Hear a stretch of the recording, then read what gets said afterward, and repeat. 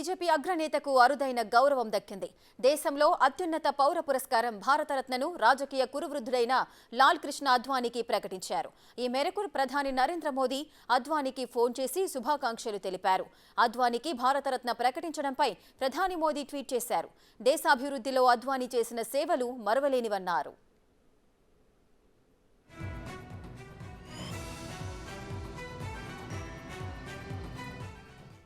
కాషాయ రాజకీయ శిఖరం మాజీ ఉప ప్రధానమంత్రి లాల్ కృష్ణ అద్వానీకి భారతరత్న ప్రకటించారు. దేశంలో బీజేపీని అధికారంలో కూర్చోబెట్టిన అగ్రనేత ఆయన. అయోధ్యలో రామమందిరం కోసం చేపట్టిన రథయాత్ర ఓ మైలురాయిగా నిలిచిపోయింది. అదే అయోధ్యలో బాలరాముడు కొలువుదీరిన కొద్ది రోజులకే అద్వానీని దేశ అత్యుత్తమ పౌర పురస్కారం భారతరత్న వరించింది.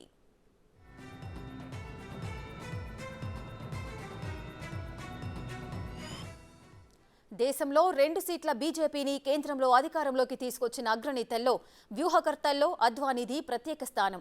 వాజ్పేయితో కలిసి ఆయన పార్టీని నడిపించిన తీరు అమోఘం. కార్యకర్తల్ని కార్యోన్ముఖుల్ని చేసిన విధానం నా భూతో నా భవిష్యత్. అలాంటి అద్వానీకి భారతరత్న ప్రకటించడంతో కమలదళం సంబరాలు చేసుకుంటోంది.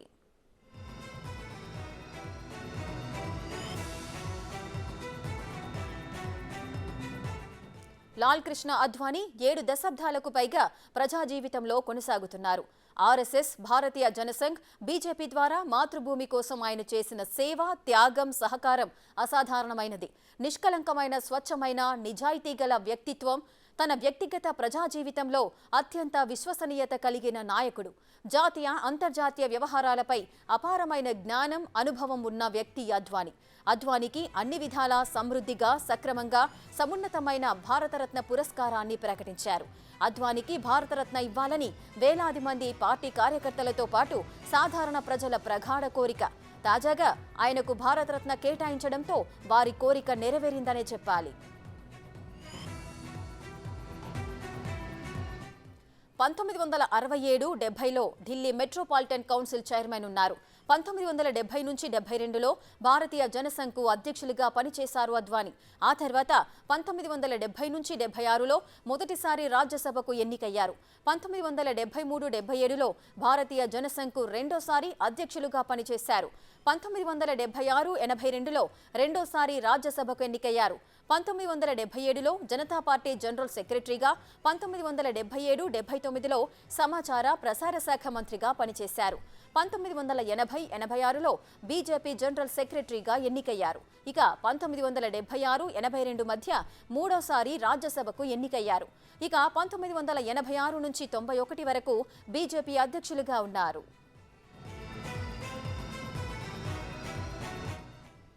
1988, 89లో అద్వానీ 4వసారి రాజ్యసభకు ఎన్నికయ్యారు.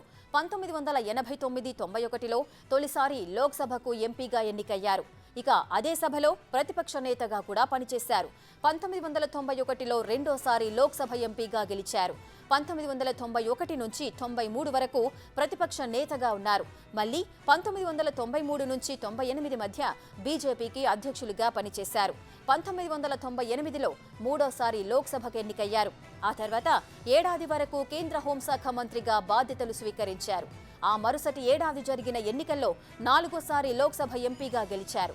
2002 నుంచి 2004 వరకు భారత ఉప ప్రధానిగా ఉన్నారు. 2004, 2009లో జరిగిన ఎన్నికల్లోనూ లోక్సభ ఎంపీగా గెలిచారు. ఇక చివరగా 2014లో 7వసారి లోక్సభ ఎంపీగా అద్వానీ గెలిచారు. देश के लिए और हम सब के लिए बहुत गौरव का क्षण है। अडवाणी जी ने अपना संपूर्ण देश के लिए और समाज के लिए समर्पित किया। उनके जीवन की शुरुआत से ही संघ के प्रचारक के रूप में उन्होंने अपने जीवन को समाज सेवा के लिए समर्पित किया था। भारतीय जनता पार्टी के विस्तार में अटल जी और अडवाणी जी की भूमिका बहुत महत्वपूर्ण रही। मेरा ये सौभाग्य रहा कि दोनों के साथ काम करने का मुझे मौका मिला। मैं जब पार्टी का अध्यक्ष था तब अडवाणी जी का हर विषय पर मार्गदर्शन मिलना ये हमारे लिए बहुत ही भाग्य का क्षण था। आज उनके जैसे एक प्रखर नेता को, एक विशेष रूप से प्रतिभाशाली व्यक्ति को और देश और समाज के लिए समर्पित भाव से काम करने वाले एक देशभक्त को विशेष रूप से भारत सरकार ने भारत रत्न देकर गौरवान्वित किया। ये हम सब के लिए अभिमान का और आनंद और समाधान का विषय है। भगवान उनको लंबी उम्र दे और उनका मार्गदर्शन हमको सतत मिलता रहे। बहुत खुशी है मुझे भी, पूरे परिवार को, कि दादा को सम्मान, देश का सर्वोच्च सम्मान मिला है। निश्चित ही आज मुझे एक व्यक्ति जिसकी याद सबसे ज़्यादा आ रही है वो मेरी माँ है, और माँ का दादा के जीवन में बहुत बड़ा योगदान रहा है, निजी जीवन में भी और राजनीतिक जीवन में भी। दादा बहुत खुश हैं। मैंने जब दादा को बताया, मुझे पता लगा और मैंने दादा को बताया, तो वो बहुत ही खुश थे। और उन्होंने यही चीज़ बोली कि जीवन में उन्होंने अपना पूरा जीवन देश की सेवा में लगाया। खुशगुजार हैं और प्रधानमंत्री श्री नरेंद्र मोदी का धन्यवाद करते हैं और देश की जनता का, जिनसे वो असीम प्रेम करते हैं, बहुत धन्यवाद सबका। बहुत खुशी हुई, बहुत बहुत अंतर्मन से खुशी है। और दादा की तरफ से और परिवार की तरफ से मैं देशवासियों को, श्रीमती द्रौपदी मुर्मू और प्रधानमंत्री श्री नरेंद्र मोदी जी का बहुत धन्यवाद हृदय से करना चाहती हूँ। और ख़ास तौर पर देशवासियों को ये कहना चाहती हूँ कि दादा आज बहुत ही खुश महसूस कर रहे हैं कि इतने पूरा जीवन देश को समर्पित किया।